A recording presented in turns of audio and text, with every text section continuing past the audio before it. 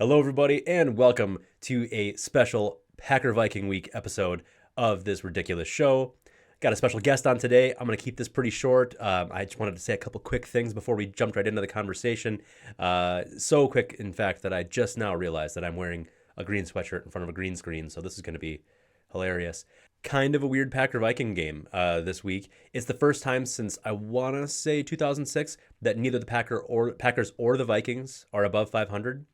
And it was something like, and I tried to touch on this in the episode too, but something like the last time the Vikings played the Packers and Brett Favre or Aaron Rodgers were not attached to the roster in any way, the head coach of the Vikings, Kevin O'Connell, was in kindergarten. So that was kind of neat. Last thing before we dive in, Kyle, I know you sometimes watch these. Thanks for all the hard work over the last couple of years. Good luck with your new job. All right. All that being said, let's dive into my Packer Viking chat with the one, the only, Corey Krenz. Hello, everybody, and welcome to Week 8 of the 2023 NFL season. The Vikings are visiting Lambeau Field this week, and that means we had to have our very special official, unofficial co-host, Corey, on to talk about the Packers. Corey, how are you? Good, you? Not too bad. The temperatures are dropping. There were a lot of Vikings fans who, when they saw the schedule, were like, "Oh wow, like Lambeau's in October this year. That's much more hospitable and welcoming." And then like all week it has been. It's been 60s, kind of wet, but 50s, 60s, and it sounds like I believe like a roughly 40 degrees in Lambeau on Sunday. High 30s, low 40s, yeah. Okay, okay, not quite December, but still a little frigid. We're coming into this week. The Vikings had a very, very cold start to the year and have been picking it up a little bit, had a great victory against the 49ers. The Packers are also kind of having a weird year. Well, this was going to happen. There's a whole bunch of Packer fans out there that are like, no, we should be 5-1, 6-1. No, Jordan Love is still learning the goddamn game. So to all you Packer fans that, weren't there in the 80s, I'm one of them, but my dad taught me about the 80s, of how terrible it was. The 70s and 80s, all the terrible mistakes. The trade for John Hadel in the 70s that basically killed the Packers when they traded away 3 first-round picks. And then in the 80s when Forrest Gregg became head coach and the quarterbacks of Randy Wright, Mike Tomczak, and Anthony Delwig, really? That Years of darkness. dark. Oh, God. The only good quarterback that came out good in the 70s and 80s was Lynn Dickey. That was it. And then, Magic Man. But then, of course, Favre, Rodgers, now Jordan Love. But I to forget. those Packer fans, just chill. If it's going to be a dark age, just stick with them. Or just be a whatever you want fan. Go be a Seahawks fan. I don't care. Just calm down. Yeah, I saw somebody posted the statistic about like in the last, I think the last time a non-Favre, non-Rodgers quarterback started against the Vikings was like Scott 2002. Oh yeah, I suppose. Scott Tolzien. Yep. And Was that what year was it? 17? 2016? 17? Okay. No, 2017, I think. Yeah, because he was a Colt for a while, wasn't he? Yep. Yeah.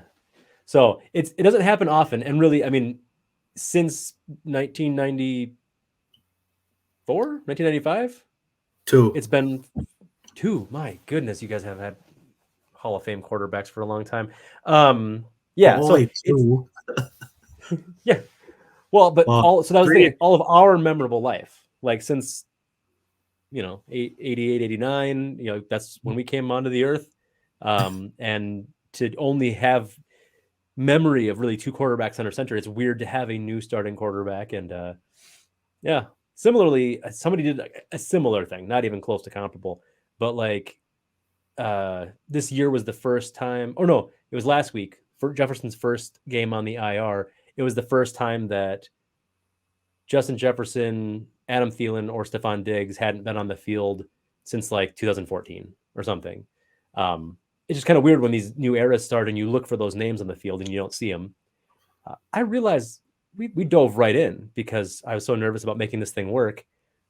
We didn't crack beverages. I assume, are you going with the classic Miller Lite? Always. Okay. Sorry. That's okay. No, totally. I was ready to be surprised, but I wasn't expecting to be surprised. Because it's almost Halloween and because going to Lambeau is scary, especially when your team is not all that well put together. Special occasion, I got Drekker Brewing's passion fruit, pineapple, banana, brains, double fruit smoothie sour.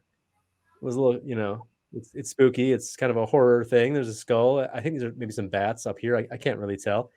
There's lots of information on the back about the malt, the hops, the flora. The gimmicks, though, for this beverage are passion fruit, more passion fruit, pineapple, more pineapple, banana, more banana, lactose, sea salt, and vanilla bean. And Corey, I'm really excited to share this with you.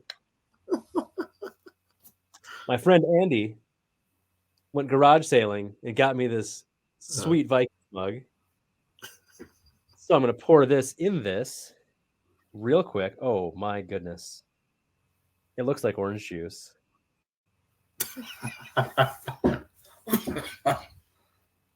Oh, Jesus. My beer looks like orange juice. All right, Corey, a very belated thank you for joining me. Before we, really dive in, Skull feel it there. Go Pack, go.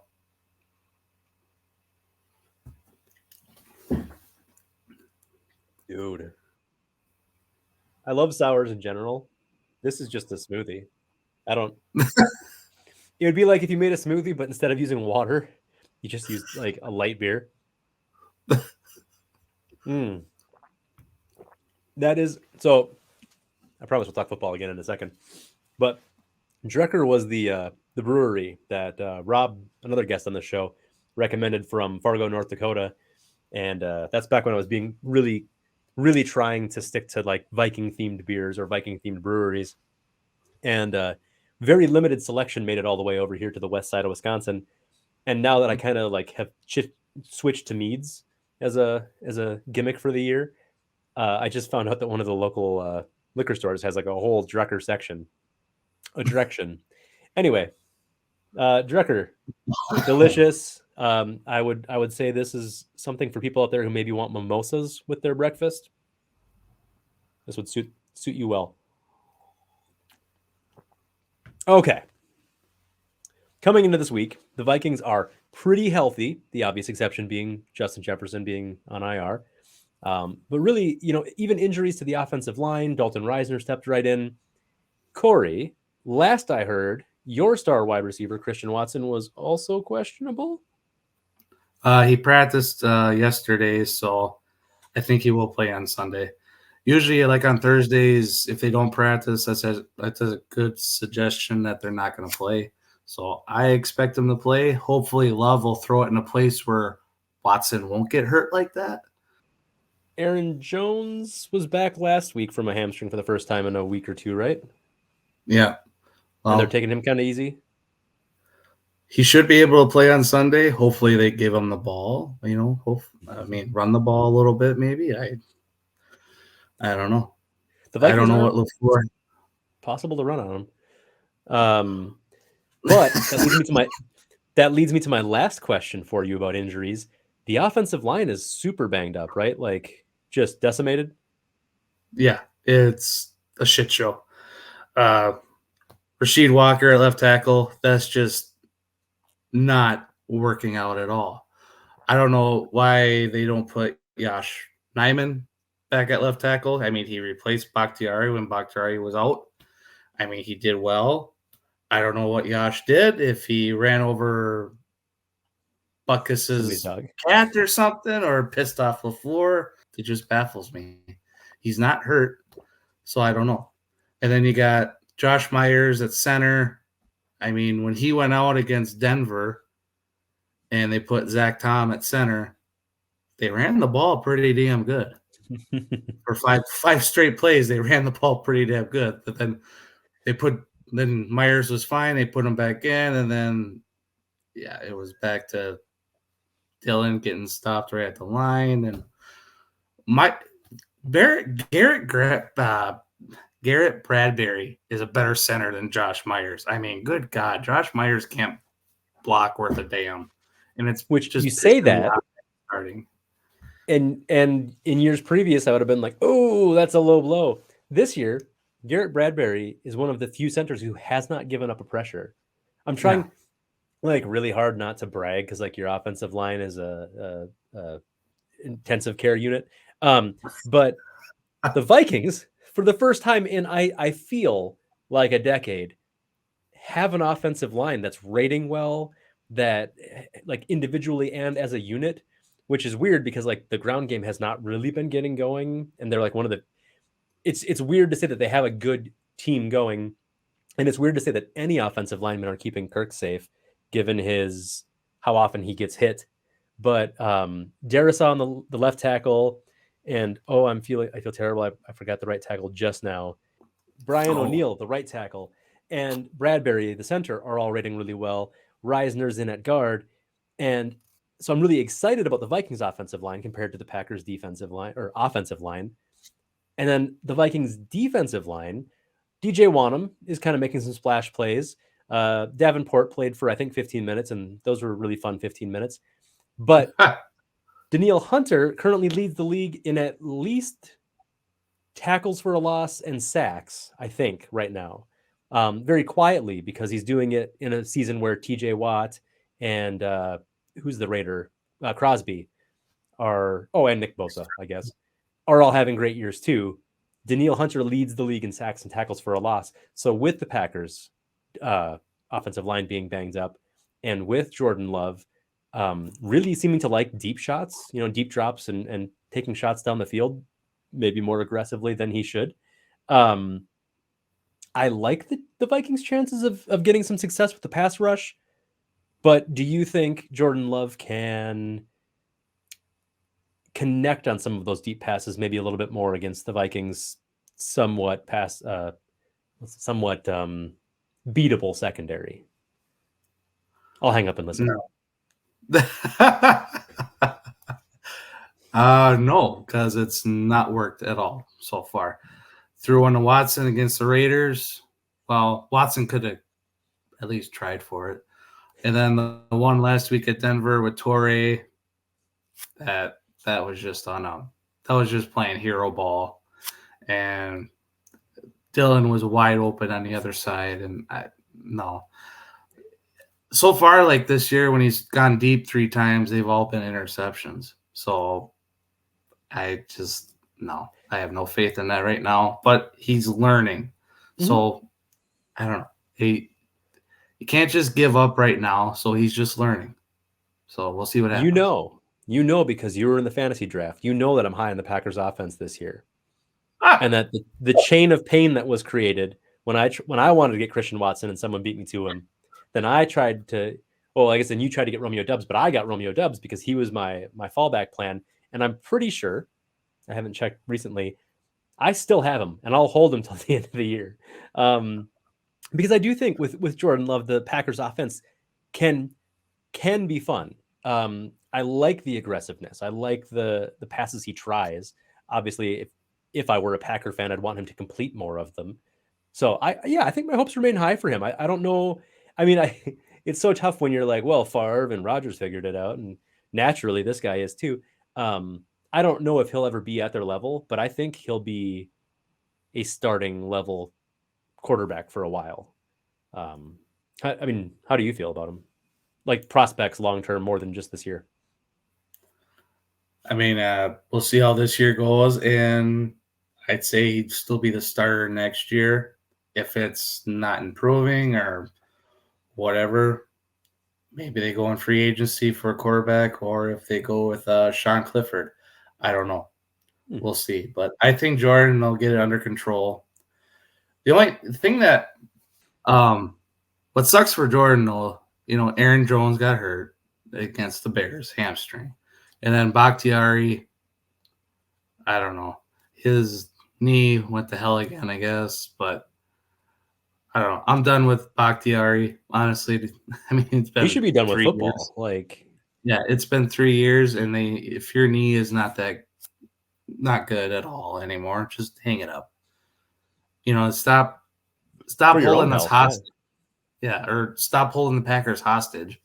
It's also saying, "Oh, I'm depressed that Aaron's gone. Can I get traded?" Well, no, because then that's $38.9 million in dead cap space that we gotta pay.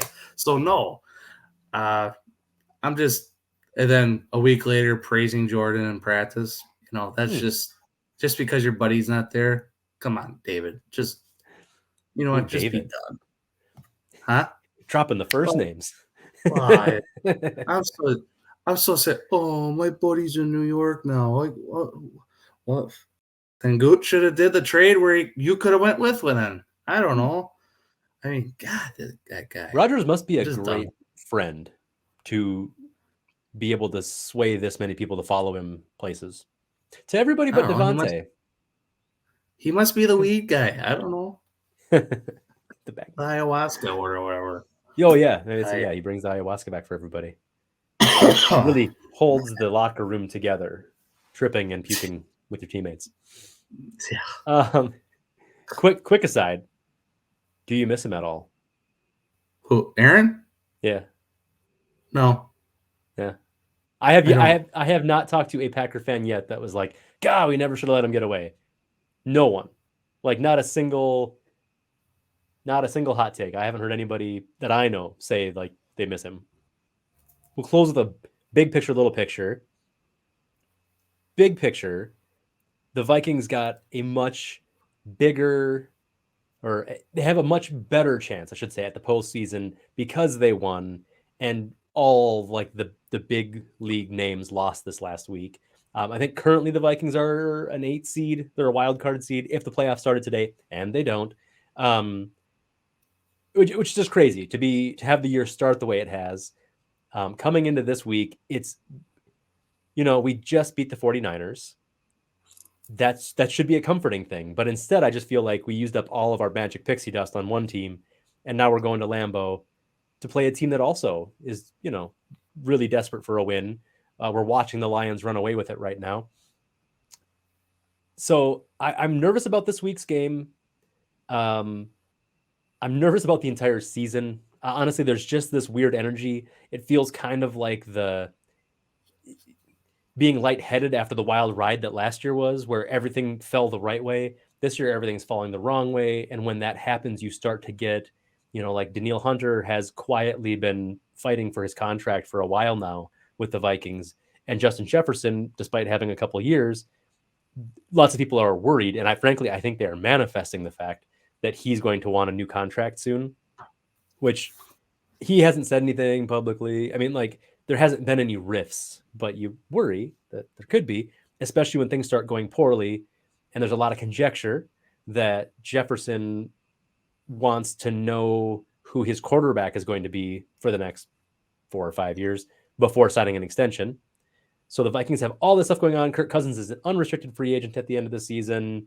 Lots of people want the Vikings to tank to try to get one of like the rookies coming out this year and replace Kirk. That's never a given.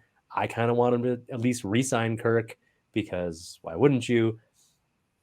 I'm nervous about this year and really the Vikings franchise as a whole for the first time in a long time. I feel like we could lose a lot of star power if things don't go the right way. We can make a lot of offseason moves and have an almost completely unrecognizable team next year. And that's where I'm at coming into this week. Corey, I feel like the Packers are in a similar state of flux. How do you think they're doing coming into this week and the season and beyond? Well, I think it all depends with LaFleur. If he just gets his head out of his ass and makes some good play calling here. I mean, but just the whole coaching staff too. I mean, on defense, Joe Barry, I don't think he'll be back next year. I just don't see it. I know they've held a lot of teams under 20 points a game. I was going to say mostly the whole year, except for Detroit. But I just don't see Joe Barry coming back. If they do keep him or if they do fire him, I see. I'll probably going to catch hell for this, but they'll probably go after maybe Jim Leonard or Leslie Frazier from Buffalo, Yeah. or maybe we'll see. Yeah. I can see it. For like back on offense, they'll probably stick with Jordan. Running back, Jones is in his last year. Dillon's in his last year. They might re-sign one of them. I highly doubt it because our third string is Wilson, and he's just a raw running back. Offensive line, I mean, for the draft, hopefully they draft an offensive lineman. I don't know. We'll see. It's probably going to be a 2 to 3 year rebuild, so we'll see what happens because there's guys are young, and next year we'll have more money because of the Rodgers deal. So that'll be all gone. So then we'll have more money that we could use maybe in free agency. I don't know. We'll see. Defense, though, I mean, Kenny Clark has to step up. He has not done anything this year. And What he year is has he in? done. I feel like he's been around forever. 2016, maybe. Okay. Yeah, that kind of holds. Yeah. Yeah. I think we still have him for 2 more years, but I don't know. And I would also like to see Luca Van Ness get more reps at linebacker. I mean, we'll see. I don't know. Preston Smith, he'll probably be gone after this year because he's in his last year of his contract. So It's an interesting thing because I feel like both franchises are way more in flux than they've been for a long time. I mean, I've talked about it on here, like the years of stability the Vikings have had of bringing back, so many of the same core year after year, especially like, they had their championship game run in 2017 and brought back all 22 starters, I think. If it wasn't all 22, it was most of them, which is uncommon. After a run like that, usually somebody's on their way out, either getting traded or free agency or something. This feels like the first year where I could see them trading Daniil Hunter. I could see them, trading KJ Osborne before he goes to free agency because the trade deadline is Tuesday, I think. Halloween? at Halloween night. So I believe that would happen. I also believe, if you beat the 49ers, I really feel like so much of the Vikings roster hinges on this Sunday's game. If they go to Lambeau and get another win, they're right back in the chase. They're trying to fight for a wild card, and you'll want to. No franchise, I don't think, will actually pass up, like a 50-50 shot at a wild card spot just for a hopefully better draft spot next year for an unknown quantity. So I really feel like a lot hinges on this week. And if they get run out of the building, it could be trading off kind of some of the last few big names that we know. I heard Harrison Smith was on the list, which, as much as I love Daniil Hunter, I would be devastated if Harrison Smith didn't retire a Viking. So I don't know. It's a fun time. It's kind of a scary time. When they were losing game after game, I joked about like picking all like the sad songs to use as the intros for the show, but it really is like I have an easy time rooting for the Vikings right now and being as invested in it as I am because I know all these names. I feel like this is a team that I know and a team that I can like support what they're trying to build. As opposed to like if you're a fan of the Cardinals, I mean, I guess the Texans are on the up and up now, but for years you've been rudderless. With the Vikings, I feel like there's a direction and we're going somewhere and I can be excited about it. If they trade everybody off to try to build up some draft capital for the next year or two, it occurred to me, I don't know how I would feel about watching games on Sundays. It's like they might still win because it's football and anything can happen, but I don't expect them to like the players might be doing their best, the coaches might be doing their best, but if the franchise isn't doing its best to win, it's really hard to support that. Who wins this Sunday? Well, it's gonna be cold.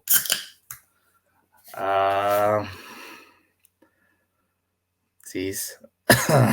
I'd say all right. I can't pick you guys. I just can't. But anyways, I'd say Packers 17, Vikings 14. Anders Carlson field goal to end the game. Good call. Okay. Yeah, and see, I struggle with this too because I simultaneously believe either team is capable of having, an explosive game, and I also believe both teams can completely lay an egg. And I was talking to Haley about this actually because we're in a pick'ems pool, and my tiebreaker was if I pick the Packers and the Vikings win, well, at least the Vikings won. If I pick the Packers and the Packers win, be like, well, I'm sad the Vikings lost, but at least I got the pick right. And that's how close I am. Like, I don't have a lean. I almost wanted to pick the Vikings over the 49ers because the 49ers were really banged up, and the Vikings were at home. It's at Lambeau.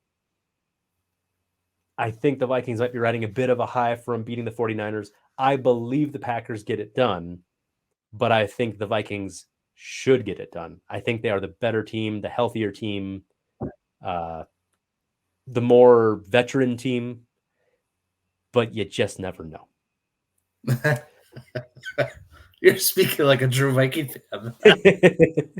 All the math tells me that we should believe the Vikings win today, but I know that the Vikings play football in defiance of God and science and find miraculous ways to do weird things.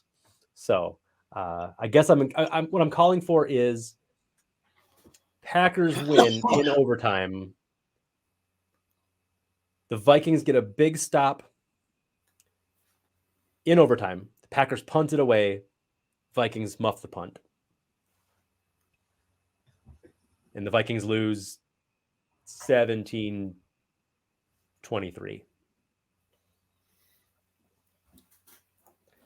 Wow. With that, but conversely, they should win 34-20.